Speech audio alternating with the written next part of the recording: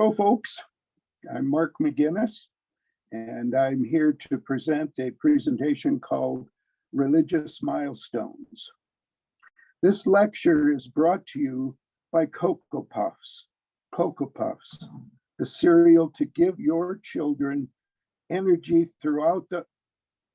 No, that isn't who's bringing you this lecture. It's the Boise Unitarian Universalist Fellowship and the Adult Education Committee. I get confused about that sometimes. So, religious milestones. Much of my career, I was devoted to doing projects that had a lot of research in them. And the last 6 years, I've been working on a series of abstract paintings that had absolutely no research involved. And to be honest, I missed it. So I decided to do a little side project, going back to religious subject matter, which has been near to my work for the last 30 years almost now. Time flies. And I went to that subject and did a little series of brush drawings, monochrome, and of different people in times that made a change in the history of religious subject matter and the way the religion evolved. Important points. And researched them, wrote a few paragraphs, and did the paintings. And therefore, we end up with this lecture and this little series of paintings and very short essays. I might mention that this recording is being recorded. It is a pre-recorded lecture, but I hope to come on live after the lecture for those of you watching this on April 8th, and we can have a chat and you can ask questions and make comments on the presentation. So if your memory is like mine, I don't remember what I thought of 5 minutes ago. So if you want to make a few notes, write down a few things, that would be fine to use in the chat once the lecture is completed. All right, let's get started here.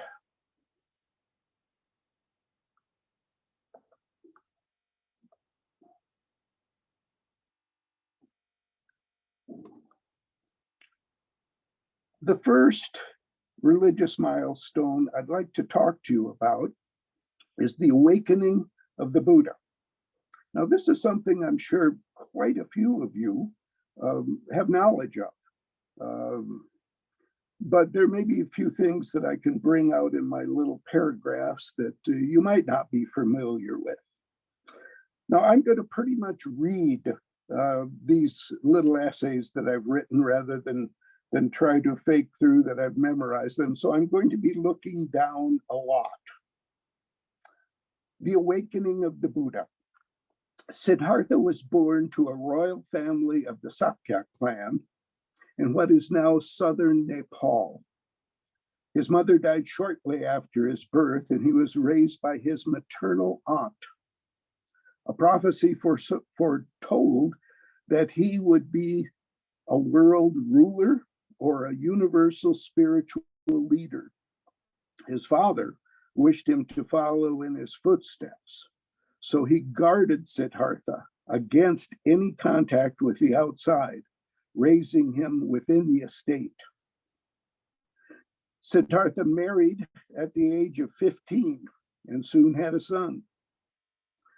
Siddhartha's curiosity led him to secretly explore the outside world, and there he found poverty, hunger, and death. He was deeply disturbed, and he felt he needed to understand how this could be. He abandoned his wealth, his wife, and his son, and went to find the truth. Siddhartha went south and studied with many Hindu masters And while he found peace in their meditation and rituals, he also found that it was transitory and did not give him the understanding he sought. He decided to try the path of an ascetic. This was an extreme path of renunciation of the body to reach an enlightened state. You find this path in quite a few different religions. The body was not protected from heat or cold and starved by eating as little as possible. Siddhartha lived in a cave and submerged himself in the practice for 6 years and drove himself to collapse. When he regained some strength, he realized that asceticism would not lead him to the truth. He traveled to a nearby village and sat under a large fig tree, where he pledged to stay until he found the understanding he sought. Villagers regularly brought him food to help him recover from his diminished state. He meditated under the tree for 49 days, and he found what he was looking for. He was awakened. The Buddha means the awakened one. His initial understandings took the form of the Four Noble Truths: that life is subject to suffering. Suffering is caused by ignorance. Suffering can be extinguished by the elimination of desire. And the middle path can guide us to understanding by following the Eightfold Path. This was the foundation of Buddhism. These concepts and future teachings of the Buddha spread to countries throughout Asia, blended with their cultures, and eventually made their way west. Now, my rather unusual depiction of the Buddha depicts him after he came from that cave of extreme self torture almost. And I was in India in 2000, and I was following the Buddhist pilgrimage path.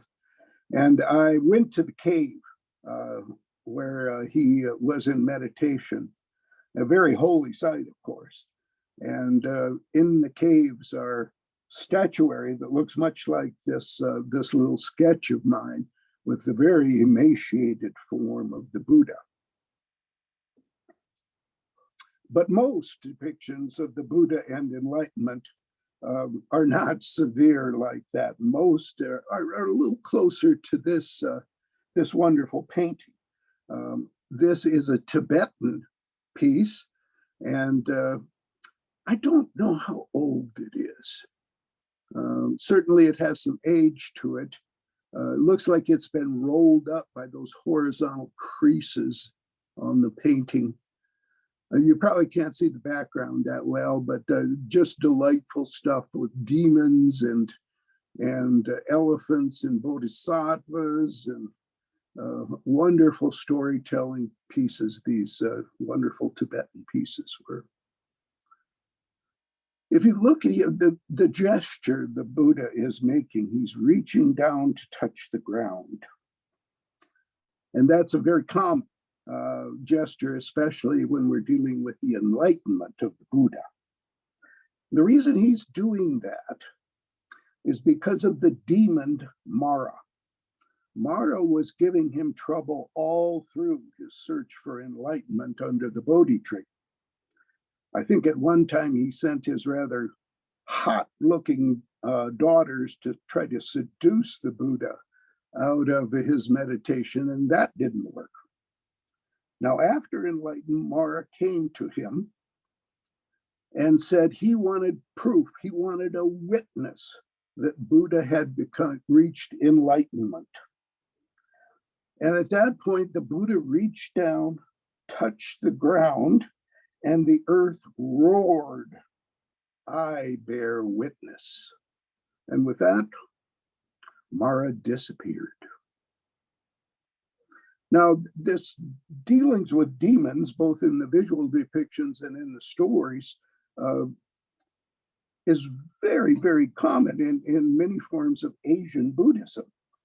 And that's something that for Western study students of Buddhism is a little strange, because a lot of us think of it as more of a almost godless religion. But that was certainly not the case in India, China, even Japan, in which there is an entire hierarchy of Buddhas, future, past, bodhisattvas, and a wonderful litany of demons. This, of course, grows straight out of Hinduism. Hinduism was to Buddhism as Judaism is to Christianity. It is the direct predecessor. And Hindus think of the Buddha as one of their gods in their pantheon. He's seen as an avatar of Vishnu. We'll talk about that a little bit later with another milestone. The second religious milestone is Mary Magdalene and the resurrection. Mary Magdalene was from the village Magdala on the Sea of Galilee. She was an early follower of Jesus, and he healed her of unknown maladies.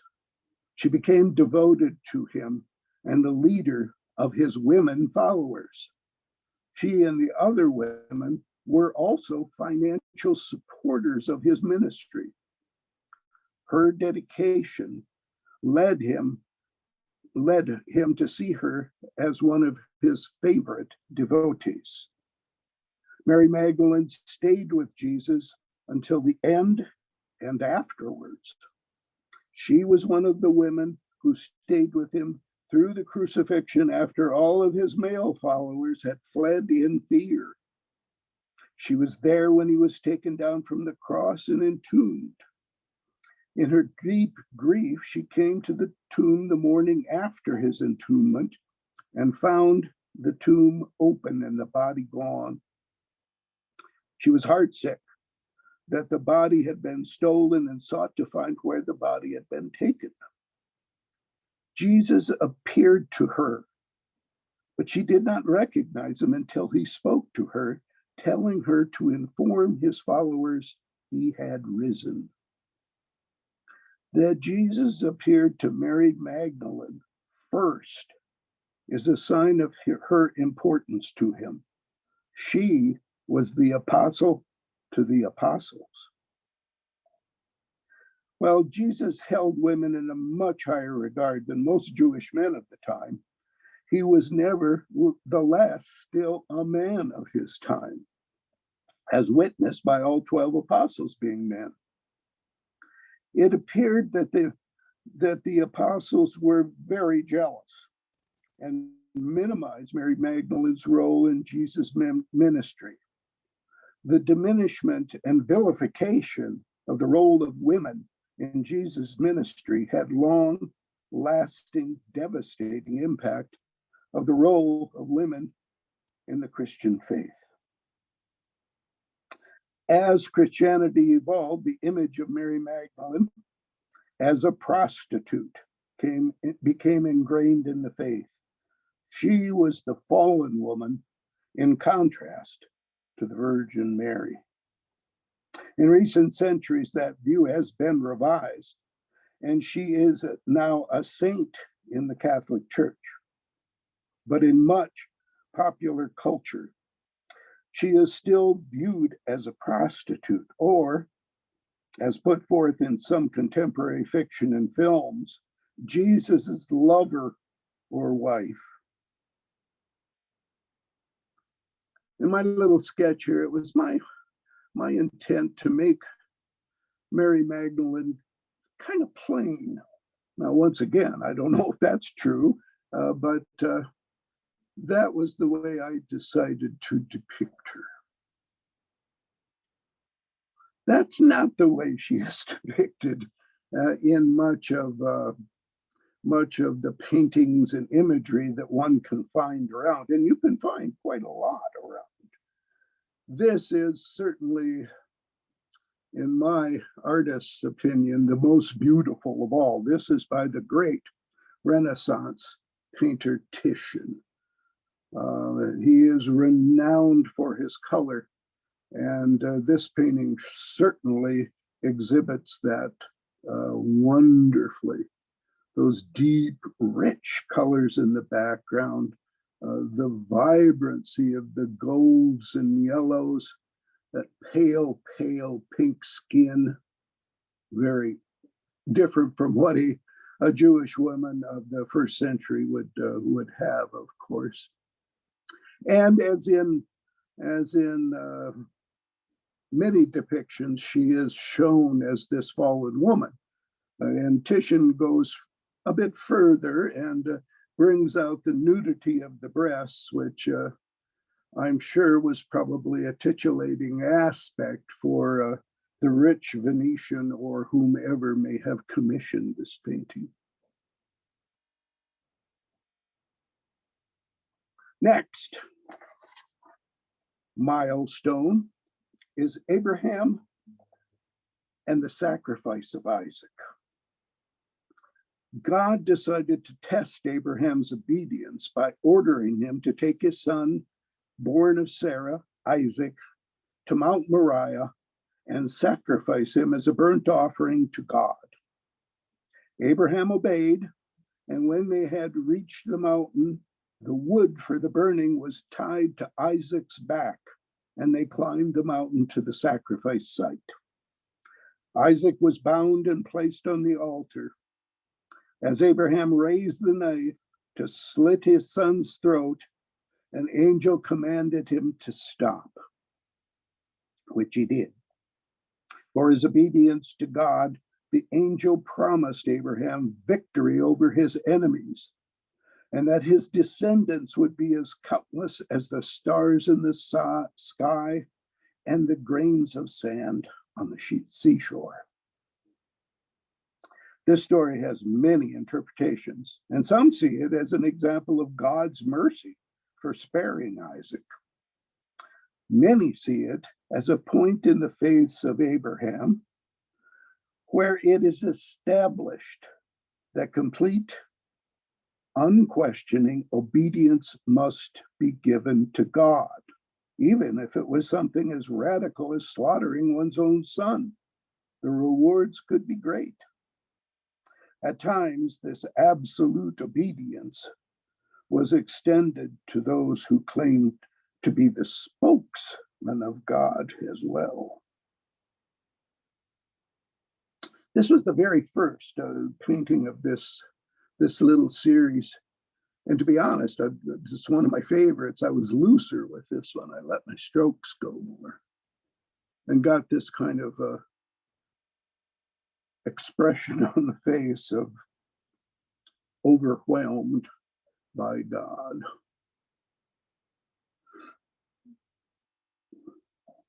Depictions of Abraham are certainly not as plentiful as many of the other. You would think that being the founder of the faiths, there would be more.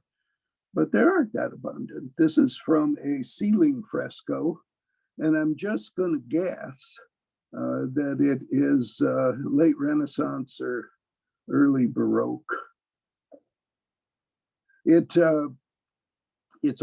really seems as though Abraham has been interpreted as God. This is the kind of God imagery that we're used to, the patriarch on the throne. Only here he's handling that large sacrificial knife that fortunately he did not have to use on Isaac.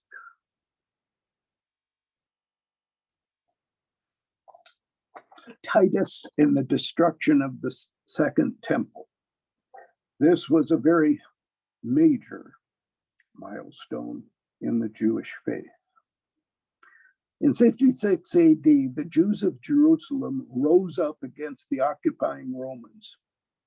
In 70 AD, Titus, the Roman general and son of the emperor, led 3 legions against the Jews. He cut off food and water to Jerusalem, but the Jews refused to surrender. Titus ordered captured Jews crucified all around the walls of Jerusalem. Still, no surrender was offered. The Romans penetrated the first and second walls of the city and set it and the second temple ablaze. When the flames subsided, Titus ordered the city and temple demolished. 97,000 Jews were captured and enslaved. Many others fled to areas around the Mediterranean, Persia, Iraq, and beyond. The destruction of the Second Temple was catastrophic for the Jews. The temple, the priests, sacrifices were at the heart of the faith. Rabbinic Judaism replaced the religion of the temple. It built on Jewish traditions and the practice that grew from earlier exiles the Jews had suffered. The oral laws and commentaries on those laws were codified and put into written form by the rabbis, the teachers, and scholars. Rabbis defining the laws and teachings of Judaism and synagogues as places to gather and worship became the new structure of Judaism and spread throughout the dispersed population.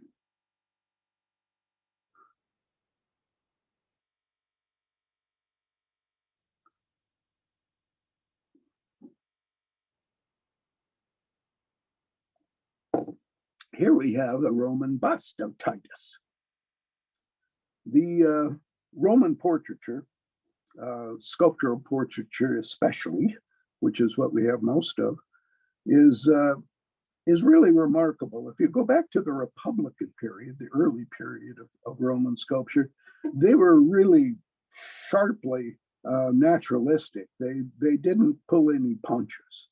And it's wonderful to look at a bust of Julius Caesar and know you're pretty much looking at what Julius Caesar looked like. But as the empire went on, a little more idealization came in, and some of the statuary is certainly not realistic portraiture. This sculpture of Titus, you're kind of in mid-range here. You're not in the late, you're not in the early anymore, the first century AD.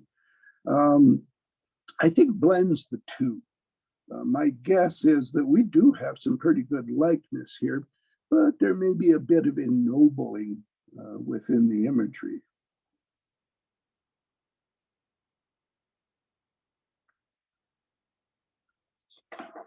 Next, Muhammad and the Night of Power, a really big milestone. Muhammad was a successful trader working at his wife Khadija's inherited business. He began making long retreats to a cave near Mecca called Hira for meditation and contemplation. At the age of 40, the month of Ramadan in 610, Muhammad was visited by the angel Gabriel in the cave. The angel brought him a book and demanded he read from it. Muhammad could not read and refused multiple times. Gabriel then impressed the words on his mind, and the first revelation of the Quran came to be. Recite in the name of your Lord who created man from clinging substance. Recite, and your Lord is the most generous, who taught by the pen, taught man that which he did not know. I love the phrase impressed the words on his mind. Muhammad was frightened, believing that he might be possessed by demons. He left the cave, and on his way home, Gabriel came to him again and proclaimed that he, Muhammad, was a messenger of God. When he arrived home, he was shivering and asked Khadijah to cover him with a blanket. He recounted the events, and Khadijah comforted him and told him that Allah would not have chosen him if he were not able to be the messenger of God. In the years that followed, Allah revealed to Muhammad the entire Quran and the mission that he must fulfill. He was to preach that there were no other gods than Allah and all other gods must be abandoned. Muhammad was to be the final prophet in the lineage of Abraham. Adam, Abraham, Moses, Jesus, and now Muhammad. In 615, he began preaching to small groups, and after many trials and conflicts, Islam began to grow into the great global religion it is today.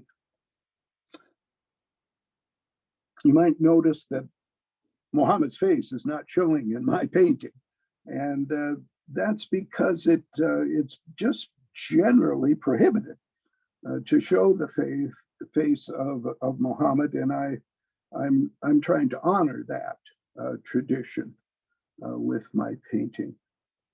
My rather bird-like angel Gabriel back there, rather androgynous as it most of the time Gabriel's depicted as such. Now here's a Persian miniature of Muhammad on one of his military campaigns that gave him possession of Mecca finally and began the expansion of Islam. Love Persian miniatures. Just look at the wonderful detail and color and flat sense of space where the soldiers are just stacked back there. Very nice.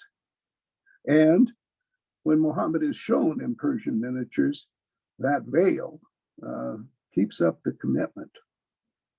I wonder if it has something to do with the first of the commandments Moses brought down from the mountain. And one of them is, thou shalt make no graven images unto me. Maybe.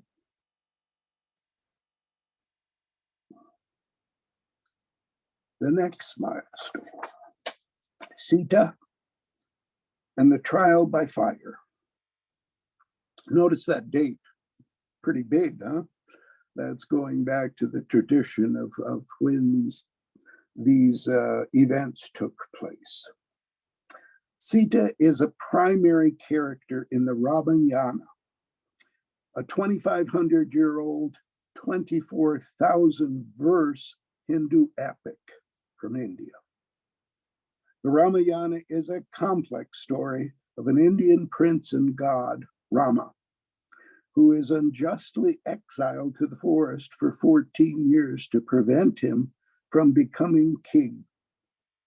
Sita, his wife and daughter, Sita, his wife, and she was also the daughter of the earth goddess, rejects luxuries of the capital and joins him in exile.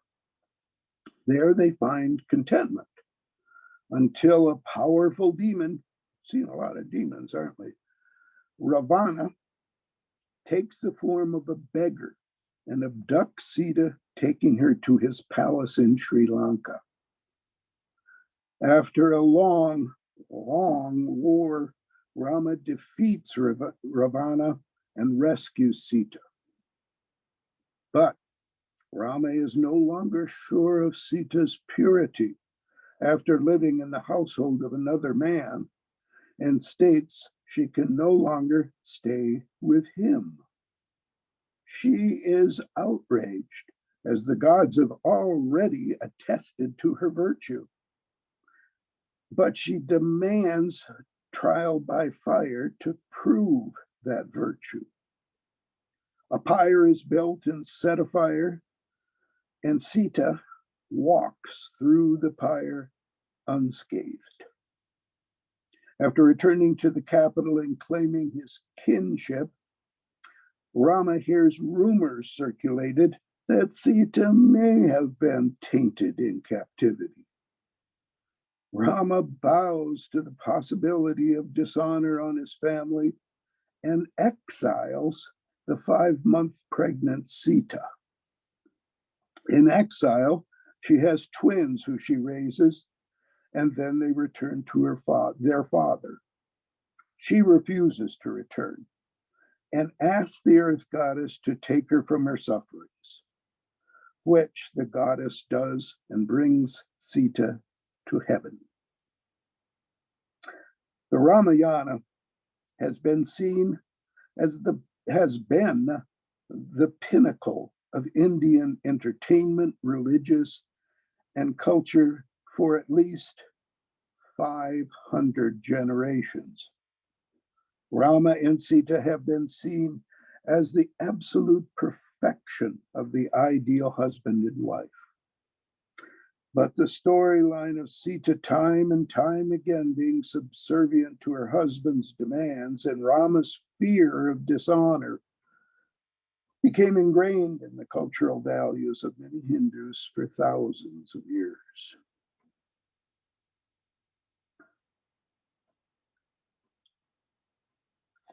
This is an Indian miniature. With one of the lovely styles of miniature painting in India. And here we have Sita within the flames. And the individual in blue is Rama. And he is blue because he is an avatar of Vishnu. All of Vishnu's avatars are blue, including Krishna, who we'll see it later. And as I said, the Buddha when he's depicted in traditional Hindu paintings. The fellow next to Rama, the smaller guy, I think his name is Lakshma. I don't remember really well. He's Rama's brother who joins him in this exile in the forest. I love those leaf headpieces and skirts they're wearing to show that they're living this frugal life within the forest. Out in the corner there, you have Hanuman, who is the Monkey King. And he and his army of monkeys were instrumental in freeing Sita from the demon Ravana.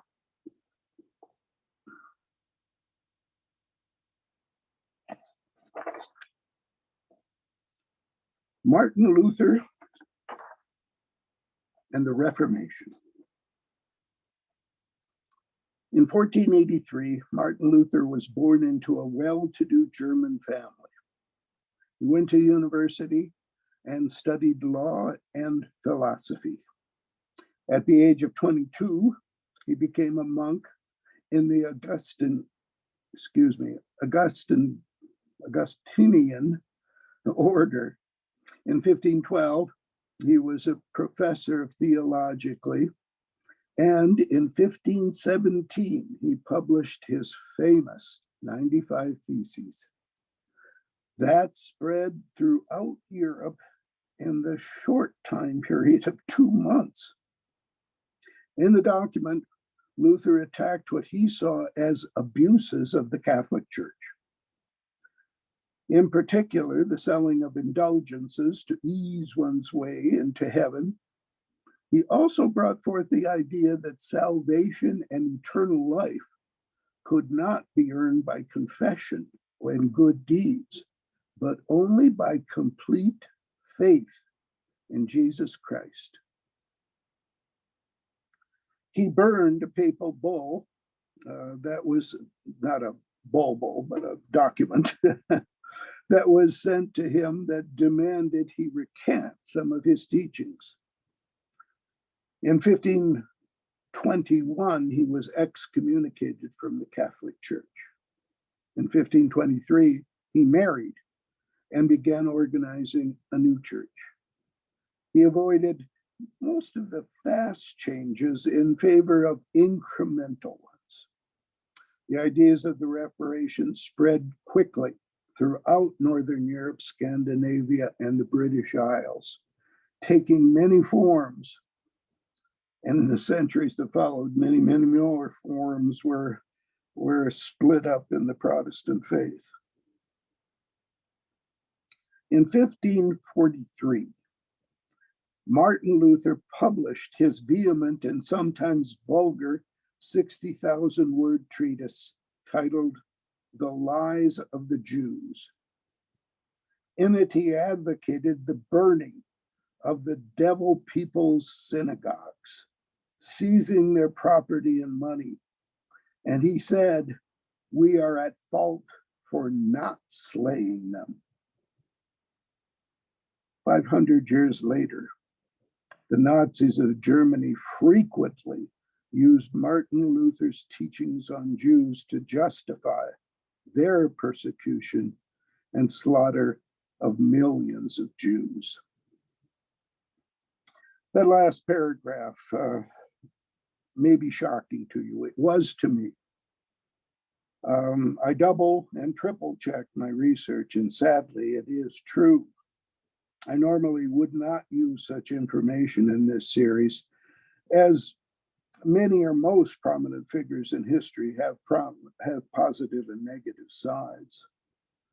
But the ramifications of these teachings in modern times and such little knowledge of it was so egregious that I felt I should include it.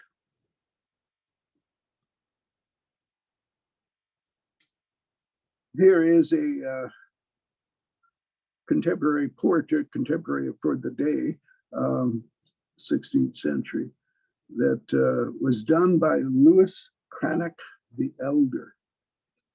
And we can kind of think about it in terms of those few comments I made on the Roman bust, portrait bust, and that this is also rather non-flinching portraiture in which the natural aspect of the subject is, as it doesn't seem to me anyway, overly idealized. I really like the little stubble beard he has. He'd be right in fashion.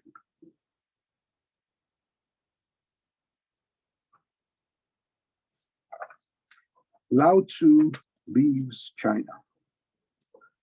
The study of Taoism usually starts with the first and the greatest of the masters of Taoism, Lao Tzu. He is generally considered by scholars to be partially or totally mythical. The date of Lao Tzu's birth is given around 571 BC. Some legends depict the sage as an archivist for the royal library.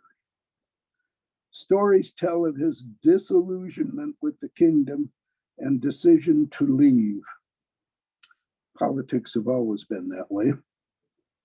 He rode a water buffalo towards Tibet, but was stopped by a border guard who convinced him to write down his teachings before leaving.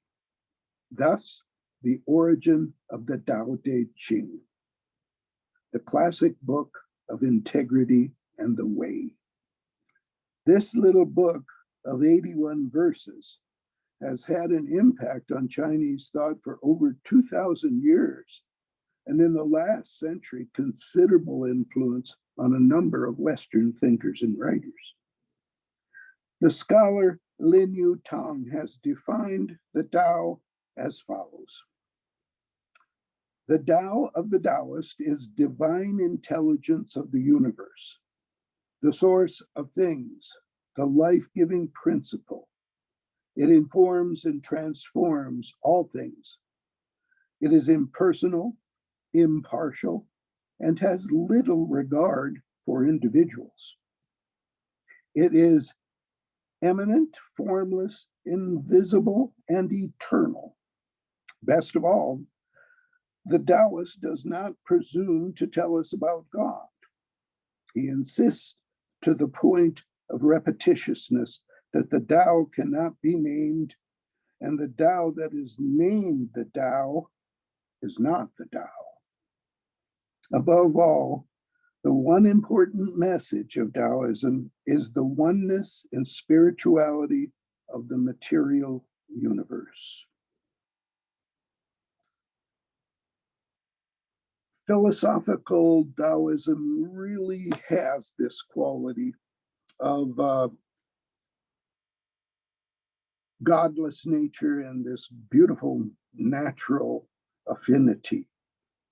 But practical or popular Taoism in China once again has developed a pantheon of gods and very functional aspects within the culture serving needs of people. This concept of a godless philosophy isn't something that's really going to stick with the masses. Needs more.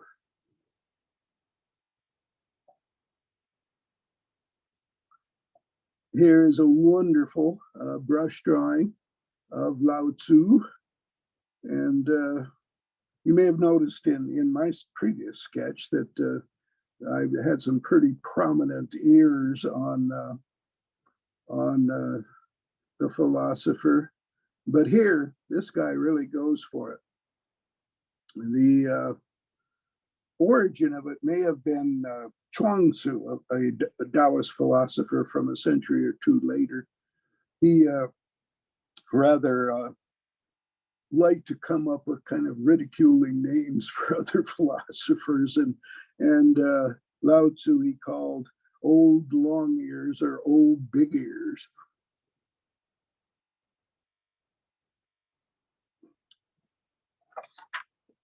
The blinding of Paul. Paul, Saul of Tarsus, was born to a devout, prosperous Jewish family. He was well educated in Jerusalem, and he held both Jewish and Roman citizenships.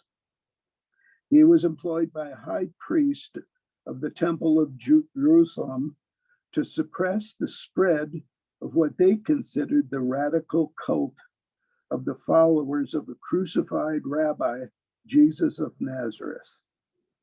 While on a trip to Damascus, Paul relates himself in the story that he was struck down by a blinding light, and the voice of Jesus came to him, asking why he was persecuting the Christians.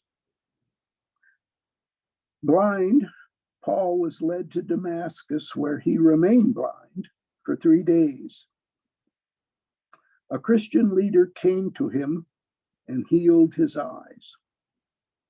Paul was baptized and became a very ardent Christian and came to see himself as the 13th apostle by virtue of this visitation. He believed he had a special mission to bring Christianity to the Gentiles, the non-Jews. He undertook trips to Asia Minor and eventually Greece and Italy. His teachings emphasized the crucifixion, the resurrection, redemption in Jesus, the imminent second coming, and immortality in the kingdom of God. To make the religion more appealing to the Gentiles, he did away with many aspects of Jewish practice: circumcision, dietary practice, and other ancient customs. This brought him in conflict with the Christian church in Jerusalem, then led by Jesus's brother, James. They upheld all these traditions.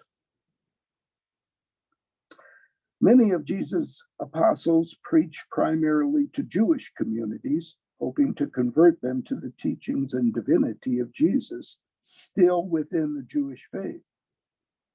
The spread of Christianity among the Gentiles was primarily with Paul, who took the faith around the Mediterranean, although there were some of the other disciples who struck out as well. 13 of the 27 Gospels in the New Testament, almost half, are attributed to Paul. It's Paul's interpretation of Jesus' teachings that have greatly shaped what we know as Christianity, even though he did not personally hear any teachings from the living Jesus. It is the seeds that Paul planted in his missions that grew to be the force that eventually spread throughout the world.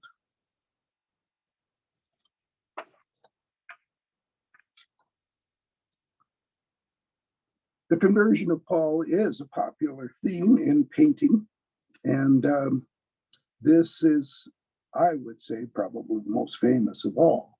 It is a Baroque painting by the remarkable painter Caravaggio. Much of Caravaggio's work is based on extreme light sources and illumination. And this particularly really fit the subject matter, too, of the blinding light. And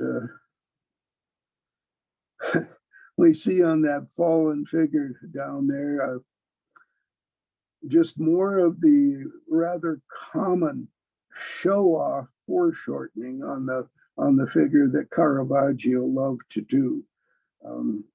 I say show-off because I am so jealous. Incredible stuff. Khadija, I mentioned her back with Muhammad. Khadija, mother of believers. Khadija was a successful businesswoman of the Quraysh tribe in Arabia. She ran some of the most profitable trade caravans in the region. She had been widowed twice and had children from both marriages. Khadija hired Muhammad to manage one of her caravans, and he returned with increased profits and a reputation for virtue. She grew increasingly fond of Muhammad and had their marriage arranged through her and Muhammad's uncles. Khadija was 15 years older than Muhammad. They were married for 25 years and had 6 children. She was the first to believe in Muhammad's revelations from God, and therefore is known as the mother of the believers. She not only invested her faith in Muhammad, she also invested her fortune in his work. And it has been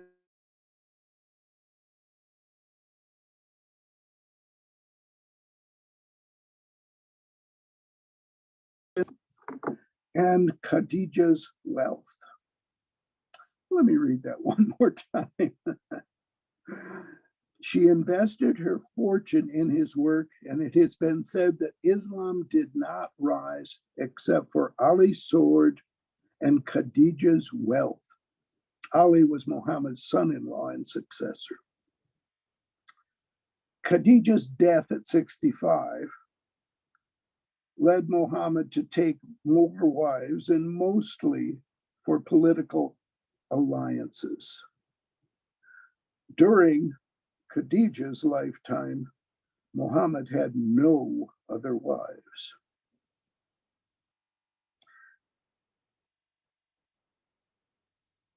Muhammad was once asked about Khadija, and he said, "She believed in me when no one else did. She accepted Islam when people rejected me. She helped me and comforted me when there was no one else to lend a helping hand." There were many obstacles ahead for Islam, but Khadija was a foundational figure in launching this third great religion of Abraham.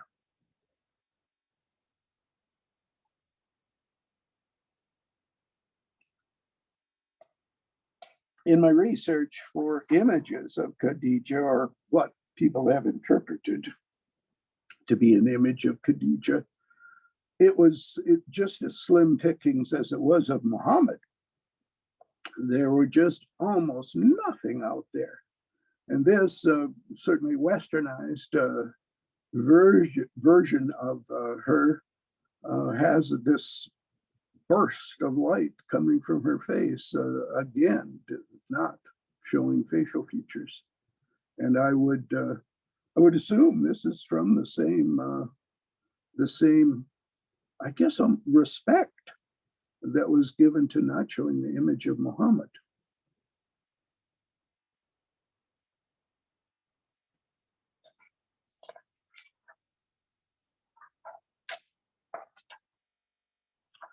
Arjuna and Dharma. The Mahabharata is a 100,000 verse Hindu epic composed about 2,500 years ago. Within the epic is the 700 verse Bhagavad, I can never pronounce this, I'm sorry, Bhagavad Gita. There we go, pretty close. Considered to be one of the greatest works in Hindu religion and philosophy. It is the story of an Indian prince, Arjuna, who is preparing for the climactic battle of the great wars in the massive Mahabharata. Arjuna's charioteer is the god Krishna. Arjuna has Krishna drive him down the line, dividing the coming battle. On both sides, Arjuna sees his kin, his friends, and his teachers. He becomes despondent and tells Krishna he cannot kill these people. He would rather become a beggar than slay those he loves. Krishna berates him, telling him that as a member of the warrior caste, it is his dharma, his duty, his destiny, responsibility in the moral order of the universe to go to battle for his cause, or he will bring dishonor to himself and his family. Arjuna is still completely grief-stricken and refuses. Krishna takes a softer approach and teaches Arjuna the concept of the indestructible nature of the soul. He tells Arjuna of the fleeting nature of the body and the eternal movement of the soul from one form to another. The souls of the men in the battle will simply move to the next form when slain. Krishna goes on to succinctly describe and teach the foundations of Hindu belief in the remaining verses. In the end, Arjuna is finally convinced to go to war by Krishna's assurance that he has already killed those who will die in battle, and Arjuna is merely his vehicle. Battle takes place, and Arjuna's side is victorious.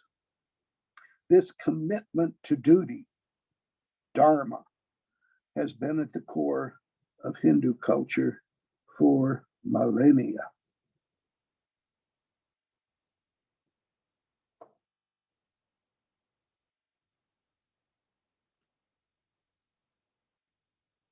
I'm going to put my phone on mute.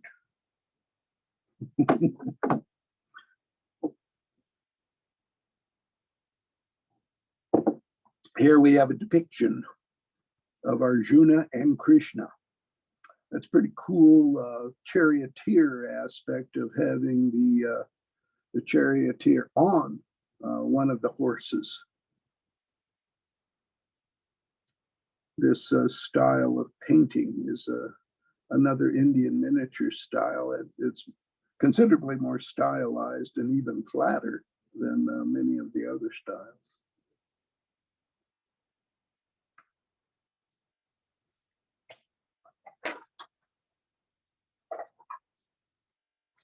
Hagar and Ishmael exiled to the desert.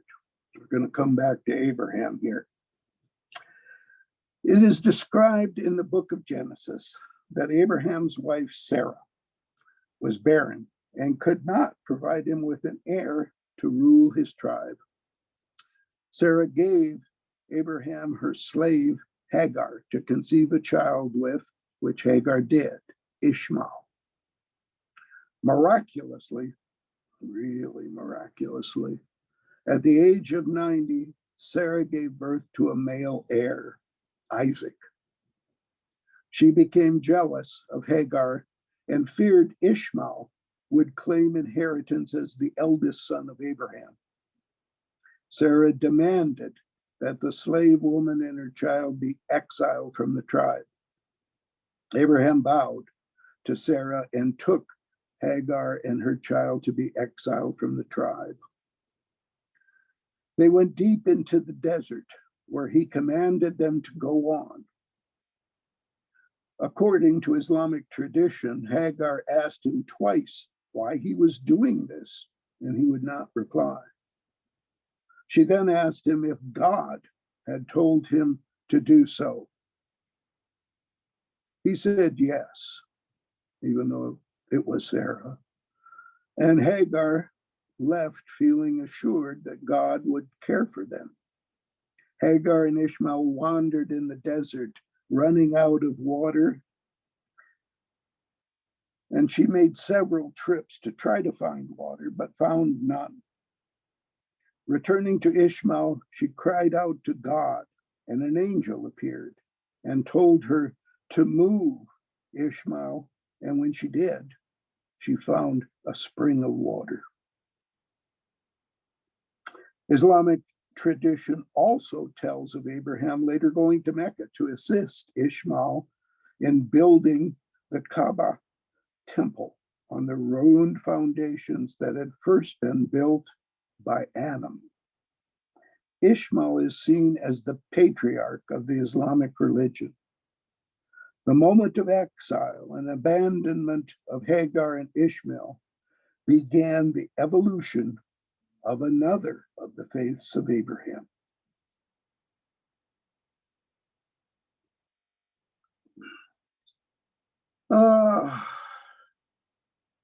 This little sketch, this little wonderful sketch is by Rembrandt. We have the angel, we have Hagar over there laying where the spring will be formed is Ishmael. Rembrandt has been a love and influence on me throughout my career. And of course, his developed paintings and etchings and drawings are marvelous, and they're what people recall. But these little sketches have a real appeal to me, just in their energy and also in this deft control and abandon that come together to make these lines and express these feelings. Wonderful.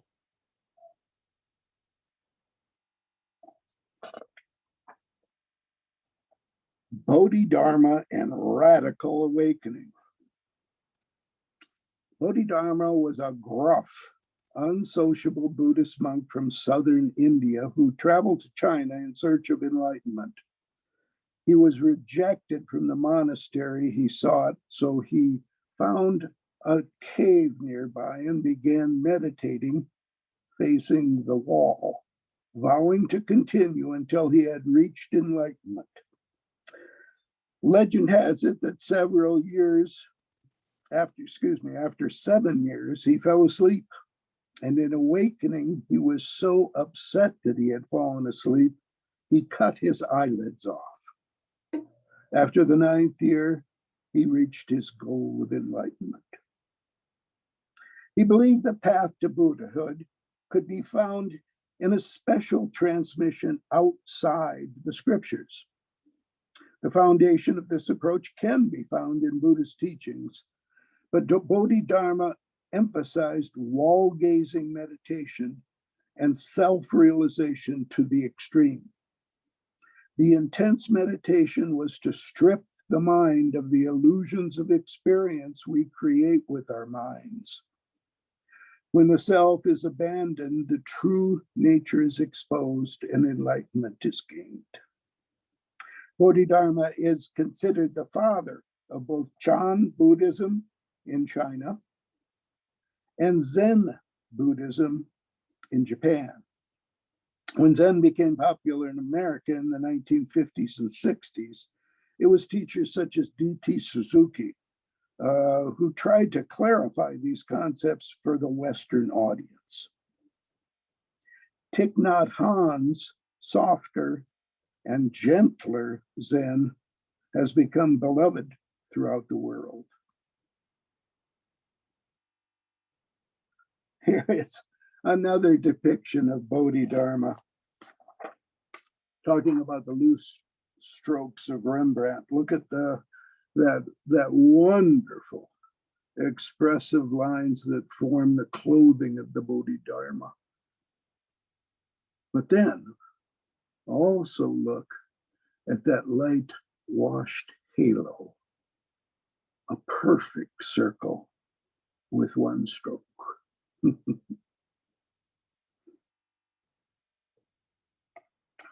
Finally, our last religious milestone, Baha'u'llah, the prophet of Baha'i.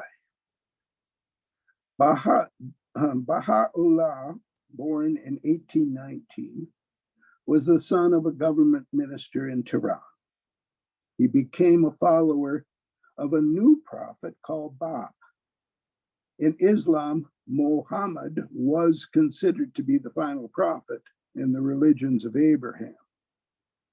The followers of the Bab grew in power and influence, and the Islamic clergy set forth to crush them, leading to the killing of thousands of his followers, and including himself. Baha'u'llah was put in prison in Tehran, and there he had a vision in which a messenger of God proclaimed that he was to become a manifestation of God on earth. Baha'u'llah and other Babs were exiled to Baghdad, Iraq. There, he quickly gained followers from all social classes. He had a period of 12 days of revelation that formed the structure of the new religion of unity, to be called Baha'i.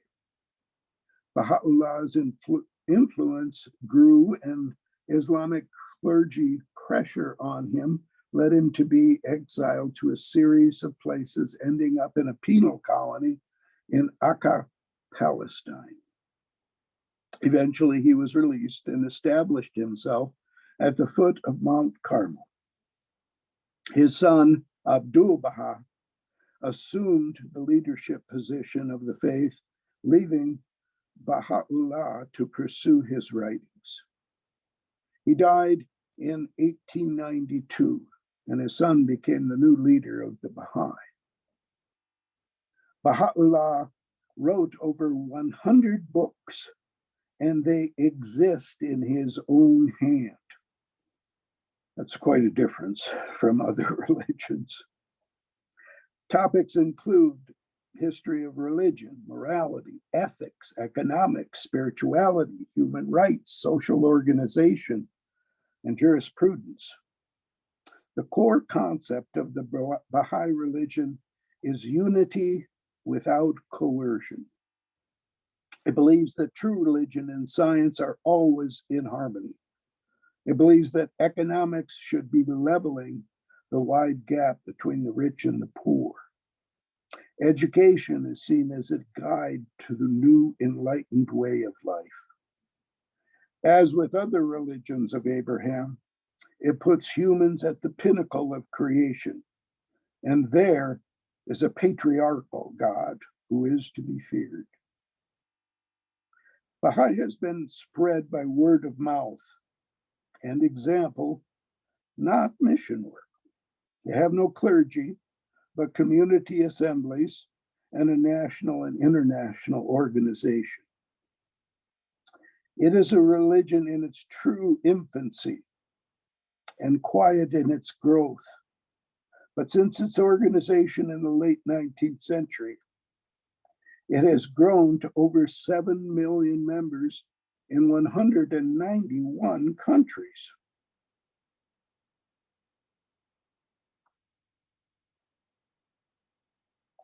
When it came to images of Baha'u'llah, it was just about as difficult as Muhammad and Khadijah.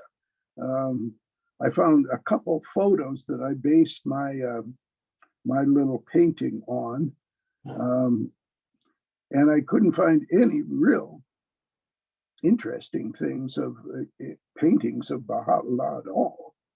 And I went back just a couple days ago and looked, and I found this one, and I am well, I shouldn't say I'm sure, but I'm pretty sure that it is a black and white reproduction of a color piece. It certainly has all the traits of reduction from color in the gray values it has. Certainly done in the Persian miniature style.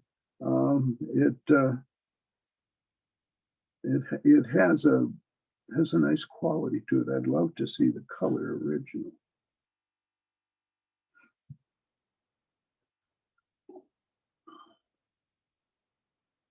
So I've been kind of off screen halfway through the whole lecture.